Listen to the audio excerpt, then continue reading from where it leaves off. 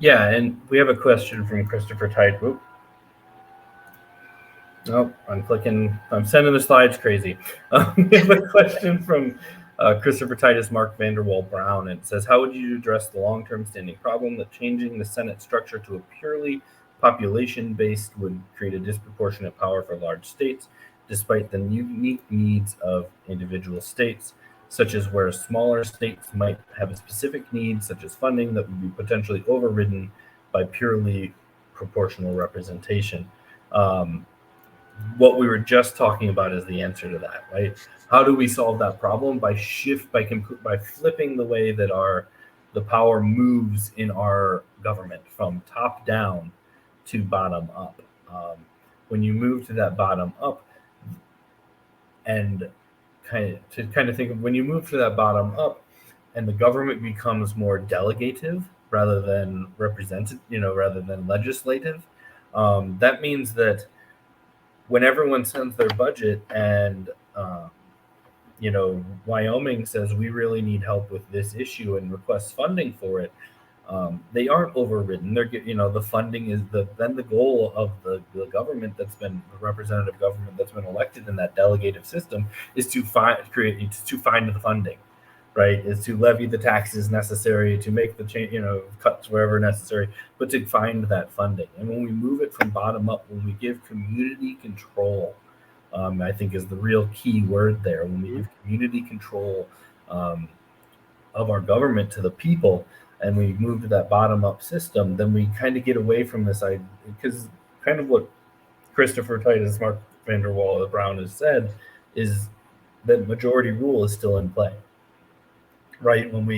Without changing that the direction of within which from which power flows, we don't change the fact that it's still majority rule. When we move it to bottom up, when we fundamentally change the system in that way, now all of a sudden, it's not about splitting up the pie in the same way that it is anymore. It's about how many pies do we need to bake. Is a way to think of it. Yeah. Yeah, I think kind of two things to add in there. One, to kind of riff on that concept is, you know, uh, we wouldn't just get rid of the Senate and then just have the House as it exists today, right? It would be a proportional system to create a House, or Congress would just be the House in a sense, right? And it would be set up in this proportional method. And like we were saying, that move to proportional methods with multi-member districts and all is shown with research and real world experience that it represents smaller communities way better. Like they actually get true representation and an ability to participate that they don't have under the current system. So in some sense, that argument for we need a Senate to make sure they have a representation doesn't matter when they have representation through proportional representation, right? In that sort of system, it makes sure that the smaller communities still have that representation within the system. So that's one answer, right? That they still have their delegate, in the system. But then the other half of it is like Chris is saying, that when we switch from a top down role, where the majority of Congress makes a decision, and if you're a small group of people, then you don't matter to them. Yeah, that's a real issue, but that's a real issue we have right now too. When you make it that more bottom up version, where you're taking issues to communities, and communities are making those decisions, um, you're flipping that script, and it's no longer people at the top that are denying you. It's people at the bottom getting together and finding answers, and then working within that administrative structure to find the resources, to find the labor, to find whatever is necessary in order to make that happen. And if you want to see kind of an example of what we could do with this sort of thing, is on the greensocialist.net website. We have, for example, there's stuff about it. We have, for example, a plan for a national health service. When we say a national health service, it has to be national. It has to be federal in some sense, because we have to guarantee health care to everyone. Everyone, whatever state, town, whatever you live in, everyone has to have it. So the funding and a lot of the administrative stuff has to happen at a national, federal level. But in our plan, that funding and all is controlled by communities. It's controlled by the local people themselves, right? They get their funding and they control their hospital. They control, the doctors are involved in the workplace and they're making the decisions instead of Congress people or whatever. So it's again flipping that bottom up where, yeah, a lot of our funding and administrative stuff happens at the top level because that makes it more efficient. That makes sure that we can guarantee the rights to everyone. But the day-to-day control and the the super important decisions and all get pushed down to the local levels. That's where it happens, and that makes sure that no one's left out. That communities can put together their budget and they can control their hospital in a way that fulfills their unique special needs. It's not dictated from the top, right?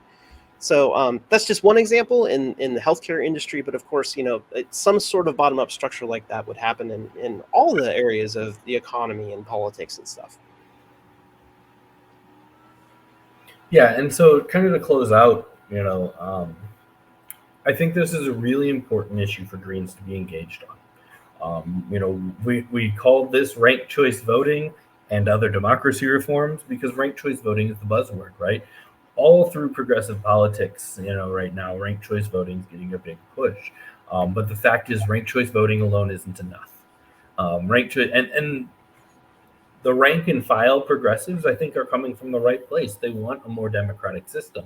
But a lot of the institutional leadership that will get behind it, a lot of the organizations that will get behind it, are primarily looking to, kind of push back against very, very legitimate concerns about the health of our electoral system. That they want to provide kind of, like I said earlier, veneers of legitimacy. They aren't actually seeking to empower the people. They aren't exactly seeking to fundamentally change how our electoral system and our democracy works, or lack thereof presently works. And so this is a super important area for Greens and independent socialists to get involved in, right? When we meet people talking about ranked choice voting, we always, you need to ask, okay, so where are you at on ballot access reform? Because I can tell you from having asked that question to, major organizations like Fair Vote, they've literally told us in Illinois, not with you. We're not there. We're not going to push for ballot access reform, which means their ranked choice voting will only allow you to rank Democrats and Republicans. And to their Democratic aligned leadership, that's just fine. Right. And so it's really important that we get involved in these things, that we push the envelope on what we're demanding, right? Especially when we get involved in, with all these front, issue organizations that are aligned with the Democratic Party. When you actually start looking at their demands, you find out they're really milquetoast most of the time, right? They're like, that's the bare minimum we could ask for. And that's what they're starting with. And you never start a negotiation asking for the bare minimum that you would accept, right? You shoot for the stars and expect to be whittled down.